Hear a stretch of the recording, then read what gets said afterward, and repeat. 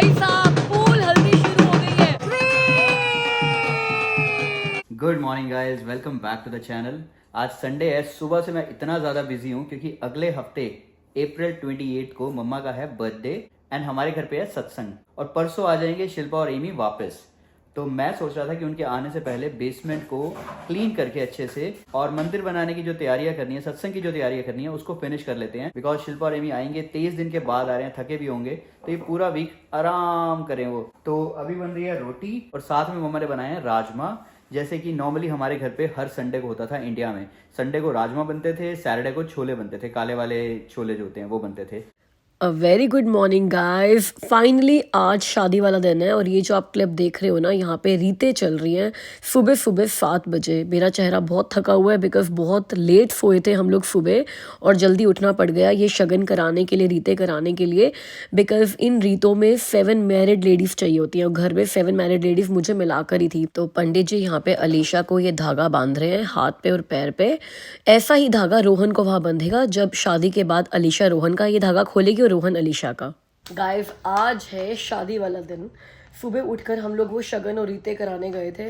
कोई प्लान नहीं था मेरा जाने का। मैं इतनी थक चुकी हूँ, पिछले कितने दिनों से मैं 3-4 घंटे से ऊपर नहीं सोई हूँ। तो आई वॉज लाइक कि यार आज आराम से उठूँगी, तैयार होंगी। आराम से उठने का मतलब है 5 घंटे की नींद कर लूँगी। हम लोग सुबह 4 बजे सोए हैं बिकॉज 3:30 बजे कल रात को हम लोग वेन्यू से आए हैं और 7 बजे इन्होंने उठा दिया कि चलो रीतें करने के लिए जाना है। मैं वहाँ पर आधी रीतें कर रही हूँ और आधा सो रही हूँ। उसके बाद अब हल्दी के लिए हम लोग तैयार हो चुके हैं। अभी हल्दी का फंक्शन है जिसको शुरू हुए 1 घंटा हो चुका है। सभी लोग वेन्यू पे पहुंच चुके हैं। मेरी जो कज़न है काम्या, जिसके यहाँ पे मैं रह रही हूँ, उसकी साड़ी नहीं आई थी। ये शादी वाले घरों में हमेशा होता है ना, किसी की साड़ी नहीं आती, किसी का ब्लाउज नहीं आता, किसी की चप्पल नहीं मिलती। तो वो सारी की सारी टिपिकल चीज़ें जो इंडियन शादी पे होती है वो हमारे साथ हो रही हैं। किसी घड़ी गुम हो गई है, किसी का फ़ोन गुम हो गया, किसी का चार्जर नहीं मिल रहा है, तो साड़ी नहीं आई। तो एमी के शूज़ भी नहीं मिल रहे थे। यस, और एमी के सन ग्लासेस तो अभी भी नहीं मिल रहे है ना। And my swimming goggles. या तो अब काम्या की साड़ी आई है तो काम्या साड़ी पहन रही है अंदर और फिर हम लोग जाएंगे। मेरे ख्याल से जब तक हम लोग जाएंगे ना सब कुछ खत्म हो चुका होगा। तो आई एम रियली सॉरी, हल्दी का मैं कुछ खास दिखा नहीं पाऊंगी क्योंकि हम लोग फंक्शन शुरू होने से ऑलमोस्ट 2 घंटा लेट पहुंचेंगे और 3 घंटे का ही फंक्शन था यार। 45 मिनट्स का तो रास्ता भी है यहाँ से। तो लेट्स सी हम कितने बजे पहुंचते हैं। बट यार ऐसा है कि काम्या को अकेले छोड़कर जाना भी नहीं बनता था।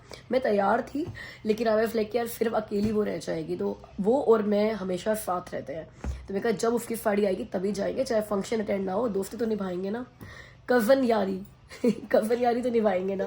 हे गाइस, आपको तो पता ही है कि अभी हूँ मैं इंडिया में और इंडिया में मैं आई हूँ एक शादी अटेंड करने के लिए। और जब आपको इंडिया में एक शादी अटेंड करनी होती है ना तो वो एक दिन का काम नहीं होता, वो मल्टीपल फंक्शंस होते हैं और ढेर सारी शॉपिंग होती है। तो जो भी पैसा मैं कनाडा से लेकर आई थी वो तो मेरा शुरू के 5-7 दिन में खत्म हो गया था। तो इस बार मुझे कनाडा से फिर से पैसा मंगाना था इंडिया में और मैंने यूज़ की पे पेनी ऐप। अब मैंने पे पेनी ऐप यूज़ क्योंकि उससे कुछ रीजन आपको मैं बताती हूँ, क्योंकि मैंने खुद पर्सनली यूज़ करी है तो अच्छे से मैं आपको बता सकती हूँ।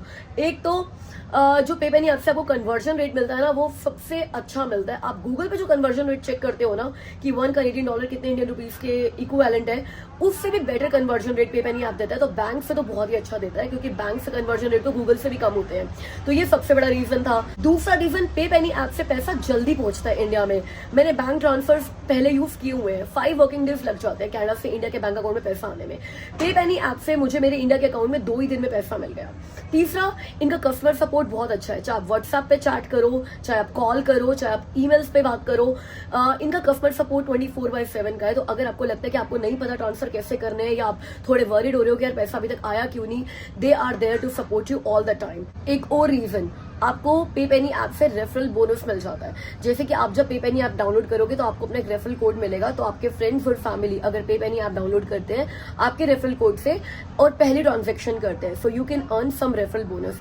तो ऐसे ही मेरा रेफरल कोड है जो मैं डिस्क्रिप्शन बॉक्स में डाल दूंगी।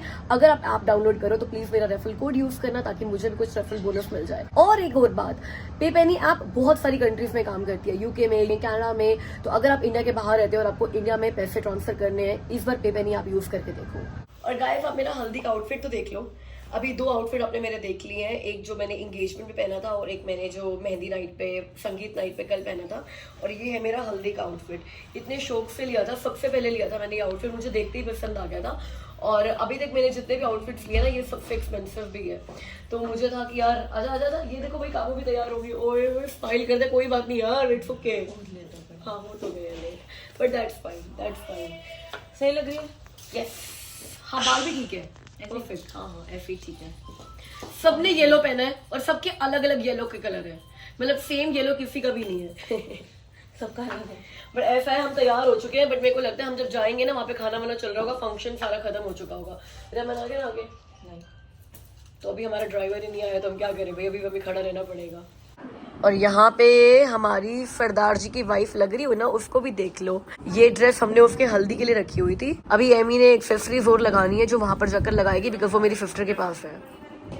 यहाँ हम पहुंच गए हैं ब्यूटीफुल हल्दी के वेन्यू पे। अलीशा और रोहन हल्दी के लिए ऑलरेडी बैठ चुके थे यार। गाइस फाइनली हम लोग लेट नहीं हुए थे, लोग खाना खा रहे थे जब हम लोग यहाँ पर आए थे। थोड़े डेकोरेशंस देख लो, हल्दी हमारी पूल साइड है।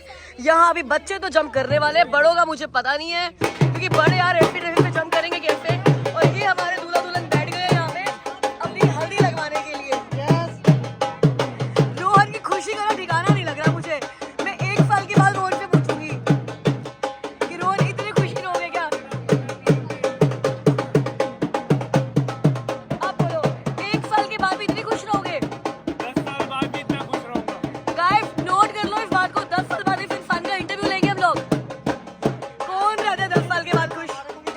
और यहाँ ढोल बजते ही हमारे डांस भी शुरू हो गए हैं। और अब क्या करते हो जब ढोल बजता है तो गाइस, अब तक तो ना आपको ये पता चल ही गया होगा कि ये सारी शादी की सीरीज जो है वो मेरे वॉइस ओवर में क्यों चल रही है। बिकॉज हमेशा बैकग्राउंड में इतना शोर रहता है इन क्लिप्स में, या तो म्यूजिक चल रहा होगा या ढोल चल रहे होंगे या 50 लोग बातें कर रहे होंगे, कि मैं उस टाइम पर ना जब वीडियो शूट कर रही थी कुछ बोल ही नहीं सकती थी। कुछ बोलती भी तो आप लोगों को सुनाई देता ही नहीं। तो फिर एक ही सोल्यूशन था मेरे पास कि एक सारी की सारी क्लिप्स में ऐड करूंगी और वॉइस ओवर में आपको बताऊंगी कि शादी में एक्चुअली हुआ क्या क्या और हमने क्या क्या किया। बिकॉज पर्पस इज कि जब मैं शादी अटेंड कर रही हूँ तो आप लोग भी इसको ऐसे देखो कि जैसे आप भी मेरे साथ शादी अटेंड कर रहे हो। ये देखो भाई, अपनी पूरी शादी कोऑर्डिनेट खुद कर रही है। मैं कह रही हूँ एक दिन के लिए दुल्हन बन जा तू। अभी भी यहाँ पर काम करने पर लगी हुई है, लोगों को बता रही है पोज कैसे बनाना है। एक्चुअली हमारी ब्राइड जो है ना, उसने ये पूरी की पूरी शादी और सारे फंक्शंस खुद कोऑर्डिनेट किए हैं। वेन्यू खुद बुक किया है, डेकोरेशंस खुद फाइनल करी है, मेन्यू खुद फाइनल किया है। तो अभी भी ना वो इन्हीं सारे कामों में ही लगी रहती है अपनी शादी के टाइम पर ही, कि अरे ये नहीं हुआ, अरे उसको बुला कर आओ, ये चीज़ यहाँ पर है। तो हम उसको रिक्वेस्ट कर रहे हैं कि भैया अब शादी के फंक्शन शुरू हो गए, प्लीज़ एक बार ब्राइड बनकर देख ले कैसा लगता है। अब ना ढोल वालों की स्पेशलिटी बताते हैं कि लोग डीजे के ऊपर ढोल वालों को प्रेफर क्यों करते हैं। बिकॉज ढोल वाले ना बड़ी रीजनल बोलियां बोलते हैं जिसमें वो एक एक को बुलाकर ना डांस कराते हैं। तो यहाँ पे अभी हम सब डांस करें ना, बिकॉज भाभियों की और बहनों की बोलियां हुई थी। तो प्रतीक्षा भाभी है दुल्हन की और हम सब बहनें हैं। ऐसे ही पापा को, मम्मा को और सबको बुला बुला कर ढोल वालों ने खूब ही नचवाया। और ढोल वालों के पैसे भी खूब बनते हैं, बिकॉज जो भी डांस करने आता है ना बोलियों पे, वो पैसे देता ही देता है। अब फाइनली वो मोमेंट आ गया जिस वजह से हमने हल्दी का वेन्यू पूल साइड रखा था कि दूल्हा और दुल्हन दोनों पूल में कूद जाएंगे, अपनी हल्दी वॉश ऑफ पूल में ही करेंगे। Let's see. 1 2 3।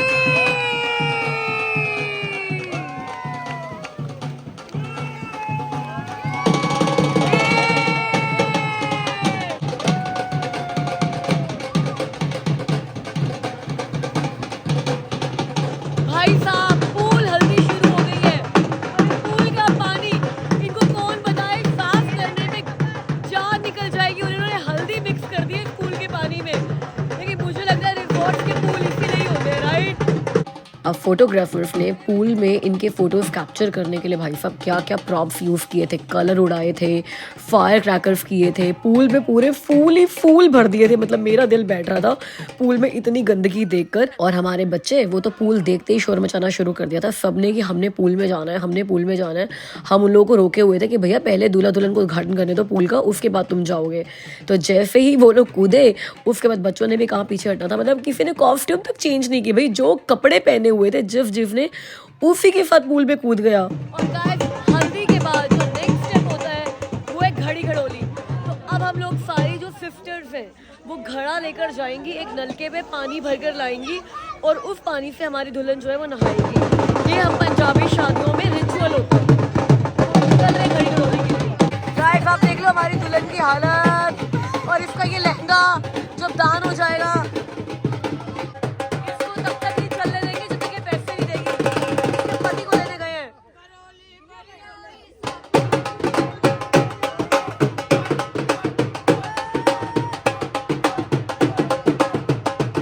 जो ये घड़ी घड़ोली उठाई हुई है ना हम सारी बहनों ने, ये हम लोग नलके पर जाकर भर कर लेकर आएंगे और दुल्हन के पापा मम्मी को देंगे।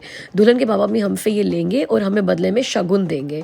और ऐसा नहीं वो सारा का सारा शगुन हम सारी बहनों का ही हो जाएगा। ये घड़ोली हमने घर से जब निकाली तो ये ढोल वाले जो है ना इन्होंने हमसे शगुन लिया था। तो भैया बड़ा बार्टर सिस्टम चल रहा है। पहले हम लोग वेन्यू से चले, जनरली ये घर पे होती है बट अब ये शादी रिजॉर्ट में थी तो रिजॉर्ट में हुई। पहले ढोल वाले सारी बहनों से शगुन लेते हैं, फिर बहनें ये घड़ोली भर कर लाती हैं और दुल्हन के पेरेंट्स को देती हैं और दुल्हन के पेरेंट्स से बहुत सारा शगुन लेती हैं। ऐसा है ये प्यारा सा रिचुअल। बताओ भाई जितना मजा आया उतना शोर मचाओ। 1 2 3। गाइस हल्दी का फंक्शन शुरू हो गया है। उसके बाद हम लोग आधा घंटा सो भी गए थे बिकॉज इतने थक गए थे। थकावट पता है किस चीज़ की हो रही है, एक तो नींद पूरी नहीं हो रही है, तो एक है ही ऊपर से जो इतनी लंबी लंबी हील्स हम लोगों ने पहनी हुई है ना लहंगे वंगों के साथ, उनसे पैर और दुख जाते हैं। तो अब टाइम हो गया शाम के 6। अब हम निकल रहे हैं अपने अपने सैलून्स के लिए जहाँ जहाँ पे हम लोगों ने रात के लिए तैयार हो रहे हैं। मैंने अभी तक तो किसी सैलून से तैयार नहीं हुई। जितने भी फंक्शन 3 फंक्शन खत्म हो चुके हैं, एंगेजमेंट का और मेहंदी नाइट, संगीत नाइट का। क्योंकि हम ना मेहंदी नाइट ना उसका नाम दिया हुआ था मगर थी वो संगीत नाइट ही। मेहंदी तो एक रात पहले ही लग गई थी। और आज हल्दी का। अब लास्ट फंक्शन है शादी का जो कुछ घंटों में शुरू होगा। सिर्फ इस फंक्शन के लिए मैंने अपने लिए सैलून बुक किया हुआ है। तो हम लोग वहाँ पर जा रहे हैं तैयार होने। देखते हैं कि जब मैं खुद तैयार हुई थी अपने नेचुरल कर्ल्स में, 2 फंक्शन पे एक नेचुरल कर्ल्स रखे हैं मैंने, तब मैं अच्छी लग रही थी। आज सैलून वाले जो लेपा पूती करेंगे वो ज़्यादा अच्छा लगेगा।